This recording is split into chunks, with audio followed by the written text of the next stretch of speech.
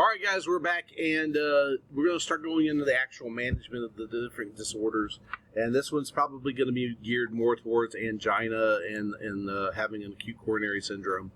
And then we'll talk about these in the later episodes, but so that you know what's on the way here. So angina is actually when it occurs when you've got the demand for the oxygen outruns the blood supply, okay, the body's oxygen supply.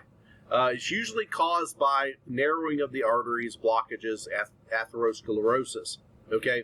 And it can also result from spasms of the coronary arteries. And so let's go over those anginas real quick so that we understand them. Prinzmetal's angina, okay? This is where you get a coronary vasospasm. It's atypical angina, and it leads to inadequate blood flow. This is one where certain medical conditions, especially cocaine use, methamphetamine use, leads to these guys right here, okay? Crescendo angina, that's usually unstable angina, referring as a recurrent episode of angina with minimal effort or at rest, okay? And it may be an initial presentation of ischemic heart disease, okay?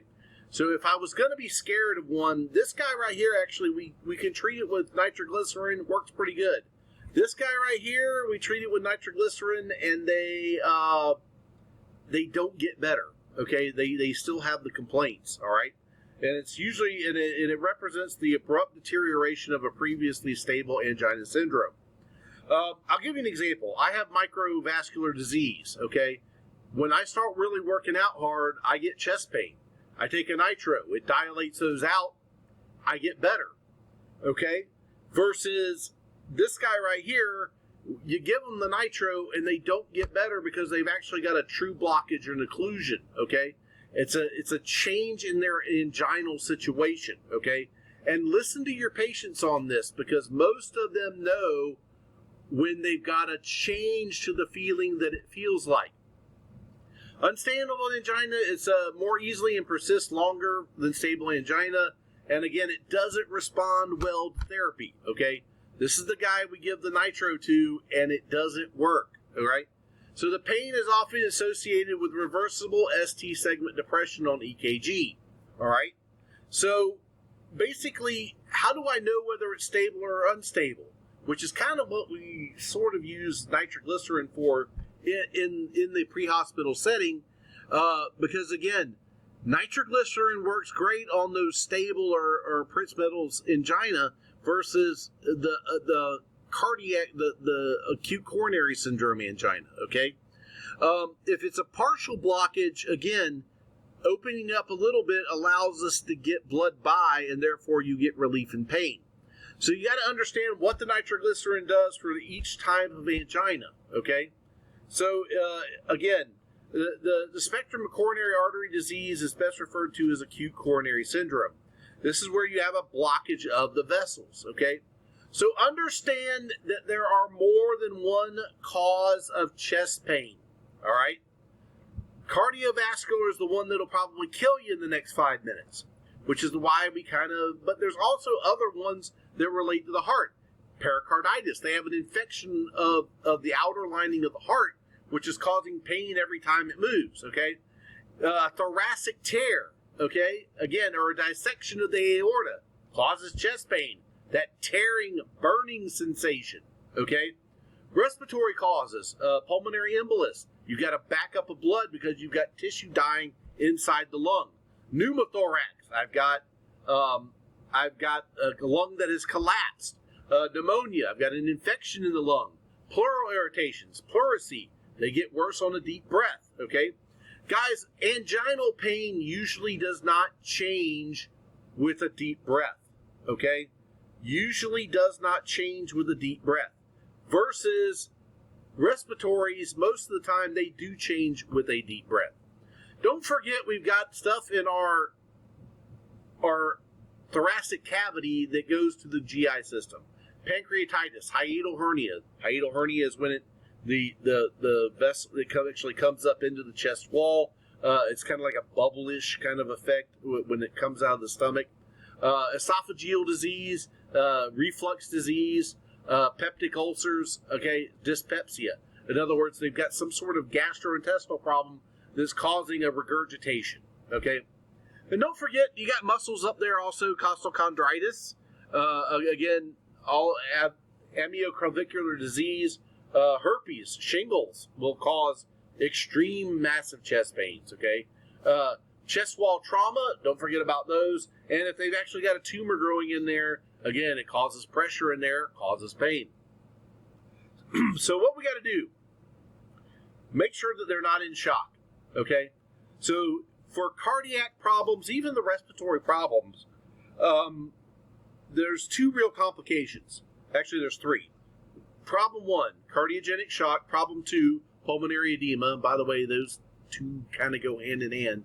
And then the third one, which is dysrhythmia, all right? So all three of which can kill you, all right? So let's make sure that they're not in shock. Again, we start dealing with the chest discomfort. And again, sudden in onset, and the patient often denies chest pain. So again, they might describe it as a referring symptom. The episodes usually last 3 to 5 minutes, and the pain is relieved with rest or nitroglycerin. And then this is with angina, all right? So, again, usually when you have anginal pain, you rest, it goes away, okay? Anginal pain, known angina, stable angina, they exert, they feel bad, they take a nitro, they rest, they get better, okay? So again, they're going to breathe a little bit faster, they're going to have a little bit of discomfort in breathing. They're usually going to have past episodes of this, and that's why they're prescribed the nitroglycerin, all right? So the ECG, so again, do not delay your scene time, all right? I'm going to walk that back just a little bit. I think that, truth be known, I think that it needs to be, the EKG, especially a 12 lead, really needs to be done at the bedside. It needs to be wherever the patient is. I am a firm believer of we really need to do, now don't delay, basically get in there, get your stickers on, get your 12 lead, get them on a stretcher, let's go, okay? There's going to be some times, guys, when you shouldn't move a patient, all right? If they are truly unstable, if they have a really bad bradycardia, pacing paddles take all of 20 seconds to put on, okay? We can start fixing problems at the patient's side. That's why our monitor is mobile, all right? The other thing is I want to get whatever's going on early. The last thing I want to do is go, they're having chest pain. Well, here, let's move you to the stretcher, except that the patient's in VTAC, okay? Well, the heart rate was only 120. I don't understand why I need it. Okay, VTAC needs to be solved right before we move them, okay? So how do we do this? We relieve anxiety, again, comfortable physical and emotional situation. Yes, we do go to people that have angina because they're having a family fight. Yes, we should remove them from that particular situation because the situation is probably causing part of the problem. Administer oxygen, start an IV, monitor EKGs, and again, nitroglycerin sprayer tablets. We can use procardium or other calcium channel blockers as a secondary line, and then morphine sulfate. Again, these guys right here are used to slow the heart down, and if we can give them something for the pain to relieve their anxiety and relieve their stress levels, okay? That's kind of an extreme measure, I will tell you. Guys, this one right here is the one that usually does them perfectly. There's some sort of nitroglycerin, all right? Again, new onset or crescendo, they usually require hospitalization. We do not. I'm going to stress this so much. We do not have all of the tools to tell somebody that they're going to be okay on scene. If you say this, you are an idiot. If you are working with somebody that says this, they're an idiot. You don't have the tools, okay? You don't have the tools to tell them that they're going to be okay. Even if they are relieved by rest and nitroglycerin and oxygen, it could be the early stages of an infarct, okay? Or a change in their situation, and we can't tell that by 10 stickers in 21 seconds, all right? I often say that a 12-lead EKG It can tell us if you are having a heart attack. It does not tell us that you're not having one, okay? And it is so very important that you understand that, all right? So, Hunter, don't get a refusal. Patients may refuse transport after the pain is relieved, but they haven't addressed the underlying problem. And until they do, we can't be sure. Don't leave them at the house, okay? That is the dumbest thing you can do, okay? That I've seen so many careers cut short because they decided to leave somebody like that at the house. 2 hours later, they came back to a dead person, all right? Don't do it. It's a bad idea. You need to convince these people they really need to be evaluated by a physician with all the testing sites and abilities. The acute coronary syndrome, we have a blockage of a coronary artery, whether by narrowing or by a blood clot forming due to a plaque rupture, okay? All right, it causes tissue death. As the tissue is dying, it hurts. Once the tissue completely dies, it stops hurting. So if I get to a patient that says, I've had chest pain for 3 days, it doesn't hurt anymore, but every time I stand up, I pass out. You hook them up to the monitor, they're in a third-degree block at a rate of 30. You know why you're not hurting anymore? Because the tissue's dead, all right? So, by the way, it can cause occlusions, a spasm, microemboli, volume overload, hypotension. All these things are complications of an acute coronary syndrome. Dysrhythmias, as it should be on there as well. So we need to locate the size and the dependence of the vessel. Now, Scott, we can't tell that without a cath lab. Well, good question. But we've got a good idea because we do a 12 lead and we can actually see where the damage is going on. So an MI is the death or subsequent necrosis of the heart muscle caused by inadequate blood flow, all right? A heart attack, that's synonymous, okay? Transmural infarction is the myocardial infarction that occurs at a full thickness of the myocardium, and it usually results in some sort of pathologic Q wave. What that means is the Q wave is really deep and really wide, okay? That is what that means, all right? Now, it's a very subtle sign. Again, a subendocardial infarction it affects the deeper tissues, and then they do not have any Q wave signs, okay? And it typically does not result in affected leads, all right? So it's one of those, we can't see it on the 12 lead. Now, an ST elevation MI, this is what I'm going to be training you guys to do with the 12 leads, which we're going to start in a couple of weeks here, where we can actually look at these and figure out that the person is having a heart attack, all right? So so we can also have an ST elevation MI and a non-ST elevation MI, things that we can't see on a 12 lead diagnostic, okay? But we can see it in their troponin levels. We can see it in their blood work. We can see it in their cardiac markers. Those are the ones that, again, but we don't have those on the ambulance, okay? Ladies and gentlemen, I'm going to stress that again. We don't have it on the ambulance. This is why if you're leaving somebody at the house with chest pain or related anginal syndrome, you are an idiot, okay? Now, most often associated, again, with atherosclerotic heart disease is what a myocardial infarction, it leads to it, okay? But you can have people that have no signs of this still have a heart attack, okay? Again, that's that sudden cardiac death. And most of all the infarctions involve the left ventricle of the heart, which is why we really look at the anterior wall, the lateral wall, the septal wall. The other part is the inferior wall, which is the right side, which is the right coronary artery, and also the right wall of the heart. Remember that a standard 12 lead does not look at the right wall of the heart. So we really need to run a 15 lead EKG. I'm going to show you guys how to do that. But truth be known, if they're having an MI, we really need to do a 15 lead on them. Matter of fact, if they're having unexplained symptoms, we really need to do a 15 lead, okay? Now, the STEMI versus non-STEMI ACS, okay? Again, different parts of the heart being affected can cause dysrhythmias. Inferior walls are known for dysrhythmias. Lateral walls are known for dysrhythmias. Septal and anterior walls are known for their heart blocks, okay? It can also cause a ventricular aneurysm. Basically, the tissue dies, the tissue splits, boom. If the pump is not intact, that's like blowing your pump on a fire engine. Long and the short, it's not going to pump blood. They're going to die. But how do we treat these guys? Again, pain relief and get them to reperfusion therapy. I can't stress that one again enough. Get them to a cath lab, somewhere where they can actually fix it. Don't take this patient to Bubba's ER that doesn't have a cath lab. You're wasting time. Well, Scott, you can take them somewhere where they can do clot busters. Really? I can tell you right now, most all hospitals nowadays have a cath lab. Go to one where there's one that's operational or can be operational within 30 minutes. Okay? So again, your field assessment of an ACS, all right? Typically related to chest pain, again, OPQ-RST, the 30-minute discomfort. What happens if they waited 2 to 3 hours to call?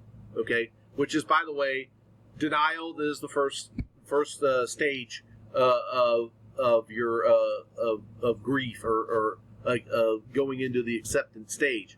But again, what happens if they're in denial and they don't call for help for 3 to 4 hours? Okay. By the way, do you think that you're in deep trouble because they are very prone to developing dysrhythmias, cardiogenic shock, pulmonary edema? Absolutely. All right. Chest pain. It's in the chest, but it can radiate to the arms, the neck, the abdomen, the back. Especially ladies, they like to have pain in the back between the shoulder blades. All right. So the patient may minimize the symptoms, or worse yet, they walk in and this patient's got this look on their face and it's that sign of impending doom. Unexplained nausea, unexplained diaphoresis. Think cardiac until proven otherwise. Guys, remember that the nerves that run by there that slow down the heart also affect those systems, okay? And also trigger those systems, okay? Remember, parasympathetic stimulus, if they shut that off, okay, remember, the body will recognize that it's in stress. One of the things that it does is it shuts off the parasympathetic system. If the sympathetic system kicks in, it says, you know what, we really don't need this food down here. Starts throwing it up. Gets really nauseous. Acute coronary syndrome, again, ST elevations in diagnostic leads. I don't want to go too deep into that. Or if they got a pathological deeper than 5 millimeters or wider. We're going to talk about that a little bit more when we get into the 12 leads. Don't rely on that particular sign, okay? So again, they could be having a dysrhythmia, VFib, VTAC, asystole, PEA. And again, dysrhythmia is the leading cause of death in acute coronary syndrome. I would probably highlight that and commit it to memory. It is the number one reason that people die is from sudden cardiac events. So our goal is to get them into the cath lab. By the way, most target goals from calling 911 till getting reperfusion therapy is 90 minutes. I can tell you that in Marion County, that average is actually significantly lower. They've worked very hard, and it's a good thing, by the way. Get them into the cath labs. That's what they absolutely need to do. Most of the time, guys, if you have a confirmed STEMI, you faxed the EKG ahead to the facility. The cardiologist looks at it on his phone, and he goes, yep, it's time to rock and roll. He's got the team when you guys get there, and boom, you're actually in there treating people, okay? So transport, again, rapidly transport, and if you've got an ACS, if you think that you've got one, get them to a place where there's a cath lab, okay? Can't stress that enough. What are we going to do in the meantime? We're going to make them better. We're going to hook them up to O2. We're going to give them 324 milligrams of aspirin as soon as we possibly can, as soon as we rule out that we can give it to them, all right? Give them some anti-nausea medicine. Give them something for pain, all right? Now, most people, they will give nitroglycerin before they give morphine. If you've got a true acute coronary syndrome, guys, you don't necessarily, usually it's easier to get to the nitro, which is why we start with that first. As long as their blood pressure is above, I'm a fan of 110 systolic, but as long as it's above 100 systolic, I think you're pretty safe. If it's below 90, you shouldn't probably be given nitroglycerin.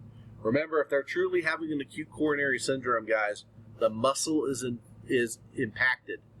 And by dropping their preload, you're going to drop their blood pressure and therefore drop their coronary perfusion pressure, which right now they really freaking need. Again, if it's stable angina, nitroglycerin is the way to go. If you're thinking that it's a heart attack, nitroglycerin is used with caution, all right? Again, nitrous oxide can be used if you do carry it. Most people don't. Nubane or fentanyl. Fentanyl is probably the better one. Nubane is a synthetic form of morphine. Some places still do carry it. And antiarrhythmic medicines. If we've got a lot of PVCs, we should be thinking that to stop the dysrhythmias from happening. All right. Again, monitor the EKG. One of the things that is not on here, but again, I would say it's probably up here. Get that 12 lead as soon as you can. Okay. Get your 12 lead. Get your 12 lead. Get your 12 lead. All right. So once they get in there, they're going to get into the hospital. They're going to start drawing levels. The LDH, or the lactated dehydrogenase, the creatinine phosphokinase, or CPK, the troponin levels, and that's the big one, the troponin. Myoglobin tells us if there's any type of damage to the cardiac muscles. The way the CKMB is the other one that tells that you got actually cardiac muscle damage. It puts out these enzymes because the actual cardiac muscle is dying. It's trying to repair. So what is the treatment? Again, go in through the groin. You're going to get a cath, okay? And then coronary artery bypass graft, or known as a cabbage. So that is the coronary bypass, where they actually go in and take a vein from another part of the body, usually the saphenous vein in the leg, and they graft it onto the coronary arteries to help reperfuse the heart. Okay? So the cardiac enzymes we kind of talked about a little bit, but by the way, CPKs, guys, you got an elevated one in true heart attacks, but it takes 4 to 6 hours and then returns back to normal in 3 to 4 days. So look how long that's going to take in order to actually show up. Not really a good indicator. That's kind of like after the fact. So again, it rises and returns to normal. And then again, it usually begins, but the troponins actually, they can tell a lot faster, okay? They can actually find that. Peak levels, by the way, again, LDH is a long-term marker. Again, myoglobin, again, is usually found with striated muscle, but it can be found with the cardiac muscles. But that one rises within 2 hours, okay? So false positive myoglobin levels is associated with a skeletal injury and some sort of renal failure. So they kind of go, eh. But again, troponins, all right, again, look how long it takes for the troponins, 4 to 6 hours, and can stay elevated for up to 10 days, all right? So again, these are cardiac markers that take a while to find out, all right? So the sooner we can get that blood and get them to a place where they can get the blood analyzed, again, it's much better for the patient. So stop and think about it. What happens if they are showing these markers once you get them to the hospital? That means that event's probably been going on for a little bit more. EKG findings, again, I think that's one of the biggest ones, and EKG changes. All right, something we can tell pretty quick and pretty easy. Coronary angiography, where they actually go in and look at it. This is usually done, by the way, during a stress test. But the stress testing is actually where they make you either run on the treadmill or they give you a drug to speed up your heart, and then they evaluate your EKG and look for changes while you're under stress. I get one of these once about every 6 months. It absolutely, totally, 100% sucks. And I will tell you, as if you're a firefighter, you get it once a year. But I will tell you, this is the one that shows a lot of things. The problem with firefighters is that we compensate so well that we don't get to see the stress changes. So once you start getting stress changes, guys, it is actually kind of a bad thing. Lovely chart.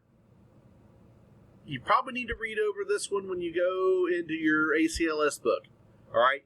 So we kind of categorize, and this is the part, the initial treatment we've already talked about, but how we categorize the elevations. ST elevation MI, ST elevation, ST depression, or normal or non-diagnostic findings, okay?